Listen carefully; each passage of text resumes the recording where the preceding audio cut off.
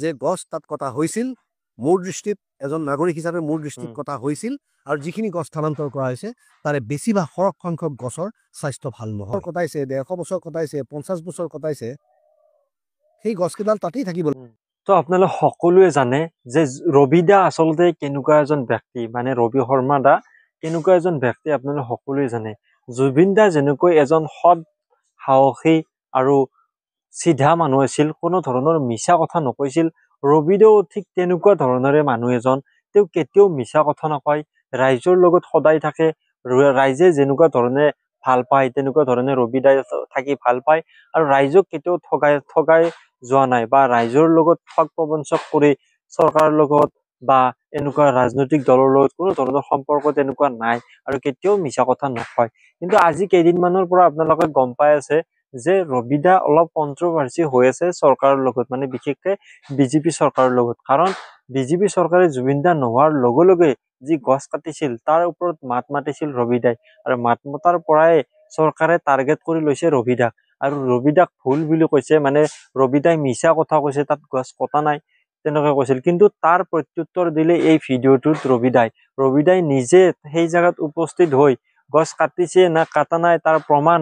দি দিলে আৰু আপোনালোকে গম পাব আচলতে ৰবিদাই সঁচা কৈছে নে মিছা কৈছে আৰু ৰবিদাক মই জানো মোৰ আটাইতকৈ ভাল লগা এক্টৰজনে হৈছে ৰবিদা মানে জুবিনদাৰ তলত ৰবিদাক মই স্থান পাইছে আৰু ৰবিদা বহুত বেছি ভাল আৰু সৎ সাহসী কোনো ধৰণৰ মিছা কথা নকয় আচলতে ৰবিদাই এই ভিডিঅ'টোৰ জৰিয়তে বৰ বেয়াকৈ চৰকাৰক বিশেষকে কৈছে আৰু কিয় কৈছে আপোনালোকে ভিডিঅ'টো চালে গম পাব তো ভিডিঅ'টো সম্পূৰ্ণ শেষলৈ চাই থাকিব চেনেলটো ছাবস্ক্ৰাইব কৰিবলৈ নাপাহৰিব নমস্কাৰ মই ৰবি শৰ্মা প্ৰথমতে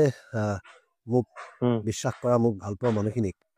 মই মোৰ কৃতজ্ঞতা আৰু ধন্যবাদ জ্ঞাপন কৰিছোঁ যে আপোনালোকৰ মোৰ প্ৰতি থকা বিশ্বাস ৰাখি আজিলৈকে আপোনালোকে মোক ছাপোৰ্ট কৰি আহিছে প্ৰসংগটো আছিলে যে মই কৈছিলোঁ যে জুবিন গাৰ্গ ঢুকোৱাৰ পাছতেই দীঘলী পুখুৰীৰ গছকেইডাল কাটি পেলালে তাৰ বিভিন্ন ধৰণৰ প্ৰতিক্ৰিয়া হ'ল মোক কোৱা হ'ল যে এয়া ভুল তথ্য আপোনালোকে দিছে আপুনি ভুল কথা কৈছে আপোনাক ভুল পথে পৰিচালিত কৰিছে কোনোবাই গতিকে মোৰ কথা হৈছে যে মই তেতিয়াহ'লে মই চিন্তা কৰি চালোঁ যে মই কিহৰ ওপৰত ৰিলাই কৰি এই কথাখিনি কৈছিলোঁ যে ইণ্ডিয়া টুডে এনিৰ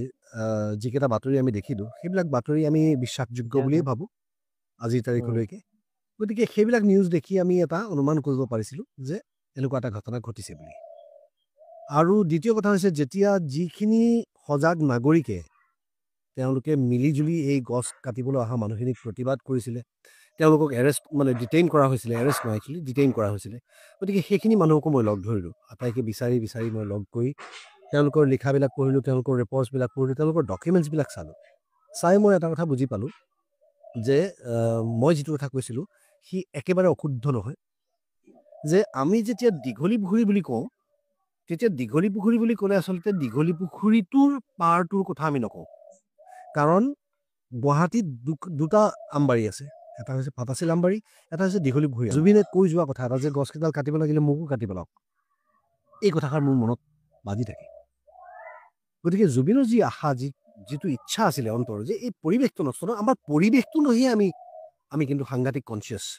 গতিকে মোৰ কোৱা কথা হৈছিলে যে মই দীঘলী পুখুৰী অঞ্চলৰ গছ তেওঁলোকে স্থানান্তৰ কৰিছে তেওঁলোকে কাটিছে আচলতেতো মোৰ কথা হৈছে যে দুইটাই আমাৰ কাৰণে একেই কথাই কাৰণ সেই অঞ্চলটো এফেক্টেড হ'ব সেই অঞ্চলটোত চৰাই চিৰিকটি আছে সেই অঞ্চলটোত জীৱ জন্তু আছে যিয়ে গছকেইডালৰ ওপৰত ডিপেণ্ডেণ্ট হৈ চলি থাকে গতিকে গছ স্থানান্তৰ কৰাটোতো মই আচলতে আগ্ৰহী নহয় আজি বহুতে মোক সমালোচনা কৰিছে যে উন্নয়নৰ ক্ষেত্ৰত আপুনি উন্নয়ন নিবিচাৰে নেকি মই কৈছোঁ উন্নয়ন লাগে কিন্তু প্ৰাকৃতিক যি পৰিৱেশ তাৰ বিনিময়ত নহয় নহ'ব আপোনালোকে উপলব্ধি কৰিছেনে এতিয়া নৱেম্বৰ মাহ এই নৱেম্বৰ মাহলৈকে আমি টি চাৰ্ট পিন্ধি ঘূৰি ফুৰিছিলোঁ আগতে আমি নৱেম্বৰ মাহত কিন্তু টি চাৰ্ট পিন্ধি ঘূৰি ফুৰিব নোৱাৰোঁ গতিকে এইবিলাক কথাই মোক এফেক্ট কৰিছিলে কাৰণে মই সেই কথাষাৰ কৈছিলোঁ মই যেতিয়া পঢ়া শুনা কৰিলোঁ কৰি মই চাবলৈ গ'লোঁ গছকেইডাল চাবলৈ গৈ যোৱা সেই মই যে লোকেশ্যনটো যে ছাৰ্ভে কৰিলোঁ মই নিজে ব্যক্তিগতভাৱে মই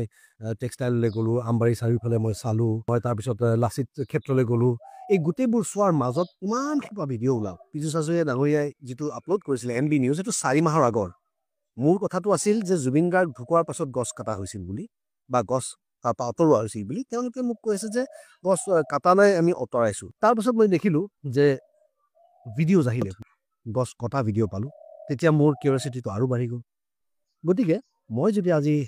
গ্ৰাউণ্ড ৰিপৰ্ট যেতিয়া মই চাবলৈ গ'লোঁ টেক্সটাইলত গৈ মই দেখিলোঁ প্ৰায় মই একেবাৰে এনেকৈ আঙুলিৰে গণি আহিব পৰা নাই গতিকে তাত মই দেখিলোঁ যে প্ৰায় 10ডালমান গছ যিমান গছ তেওঁলোকে স্থানান্তৰ কৰিছিলে তাৰে 10ডালমান গছ সম্পূৰ্ণৰূপে মৰি গৈছে সেইকেইডাল গছ আৰু কেতিয়াও ছাৰ্ভাইভ নকৰে গতিকে মই এতিয়া ফটোকেইখন আপোনালোকৰ আগত দি দিছোঁ আপোনালোকে ফটোকেইখন চাওক য'ত মই নিজে থাকি নাম্বাৰিং কৰা গছকেইডাল আঙুলিয়াই মই কৈছোঁ যে গছকেইডাল সেইকেইডাল গছ আৰু নেবাচেই তাৰপৰা আজি মই লাচিত ক্ষেত্ৰলৈ গ'লোঁ গৈ তাত চাব গ'লোঁ তাত চাবলৈ গৈ মই দেখিছোঁ এখন গছৰ মৰিশালি প্ৰায় 25-30ডাল গছ অলৰেডি মৰিছে বাকী কেইডালৰ অৱস্থা বেয়া গছৰ আগটো ওপৰৰ ডাল পাতবোৰ কমপ্লিটলি কাটি দিয়া হৈছে অকল গা অঞ্চলটো তাৰমানে গাটো গছডালৰ লৈ আহি তাত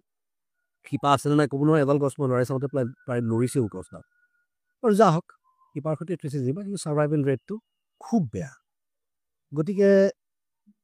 ভিডিঅ' আপোনালোকৰ সন্মুখত ইয়াত দি দিছোঁ মই তলত গছ কটা হৈছিল ৰবীন্দ্ৰ ভৱনৰ সন্মুখত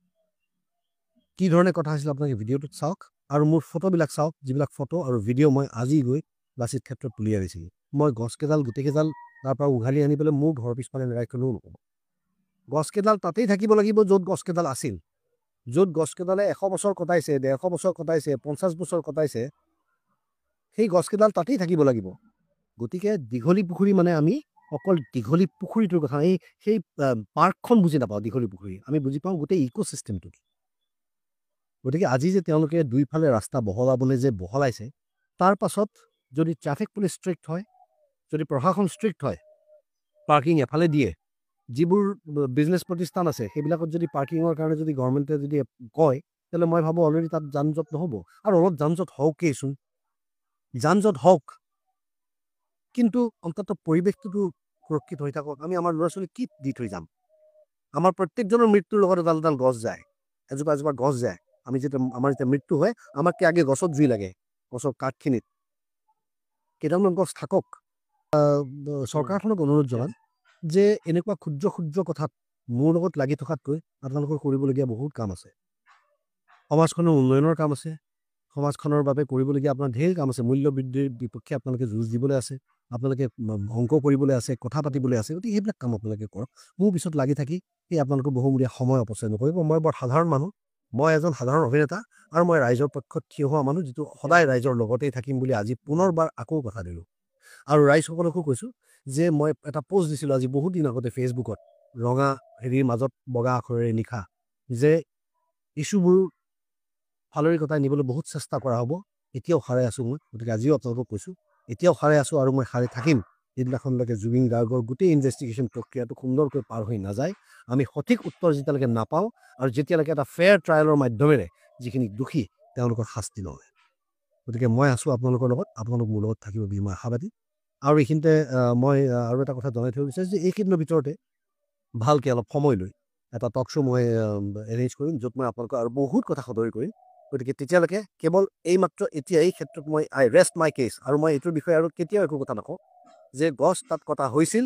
মোৰ দৃষ্টিত এজন নাগৰিক হিচাপে মোৰ দৃষ্টিত কটা হৈছিল আৰু যিখিনি গছ স্থানান্তৰ কৰা হৈছে তাৰে বেছি বা সৰহ সংখ্যক গছৰ স্বাস্থ্য ভাল নহয় এই কথা মই ক'ব বিচাৰিছোঁ যে আজি বহুত ধৰণৰ প্ৰশ্ন উত্থাপন হৈছে যে অমুকে মাটি দখল কৰিছে তেতিয়া ৰবি শৰ্মা ক'ত গৈছিলে তেতিয়া তেওঁ কিয় মাত মাতা নাছিলে অমুকে হেৰি কৰিছিলে তাত ৰবি শৰ্মাই কিয় মাত মাতা নাছিল সেই প্ৰশ্নটোৰ উত্তৰ হিচাপে মই কেৱল আপোনালোকক ক'ব বিচাৰিছোঁ যে সেইটো আমি ব্যক্তিগতভাৱে আমাৰ নিজৰ ঘৰ সংসাৰ চলোৱা কামটো বাদ দি আমি কৰিব নোৱাৰোঁ কাৰণেই আমি এখন চৰকাৰ গঠন কৰোঁ আমি এটা গভৰ্ণমেণ্ট চুজ কৰোঁ আমি ভোট দিওঁ ইলেক্ট কৰোঁ কিন্তু যেতিয়া ৰক্ষকেই ভক্ষক হয় তেতিয়া আমি মাত দিবলৈ বাধ্য হওঁ গতিকে প্ৰত্যেকটা কথাত মাত দিয়াটো মোৰ কাম নহয় সেইটো চৰকাৰখনৰ কাম চৰকাৰখনে কৰিব কিন্তু চৰকাৰ যেতিয়া ব্যৰ্থ হ'ব চৰকাৰে যেতিয়া কাম কৰোঁতে যেতিয়া গাফিলতি কৰিব সেইটো আঙুলিয়াই দিয়াটো কিন্তু এজন নাগৰিক হিচাপে মোৰ দায়িত্ব সেই দায়িত্ব মই আজীৱন কৰি যাম গতিকে আকৌ এবাৰ কৈছোঁ পাহৰি নাযাব ভাগৰি নপৰিব জুবিন গাৰ্গৰ প্ৰতি আমাক ন্যায় লাগিবই মৃত্যু শেষ দিনালৈকে গতিকে আপোনালোকে কোনো কাৰণত বিচলিত নহ'ব মোৰ নিচিনা সাধাৰণ মানুহ এজনৰ কথা লৈ পেলাই আপোনালোকে কেতিয়াও বিচলিত নহ'ব আৰু আপোনালোকে কেৱল লক্ষ্য স্থিৰ ৰাখিব আমাক যিটো লাগে সেইটো আমাক লাগে গতিকে জুবিনে ন্যায় পাওক আপোনালোক আটাইৰে সুস্বাস্থ্য আৰু দীৰ্ঘায়ু কামনা কৰিলোঁ ধন্যবাদ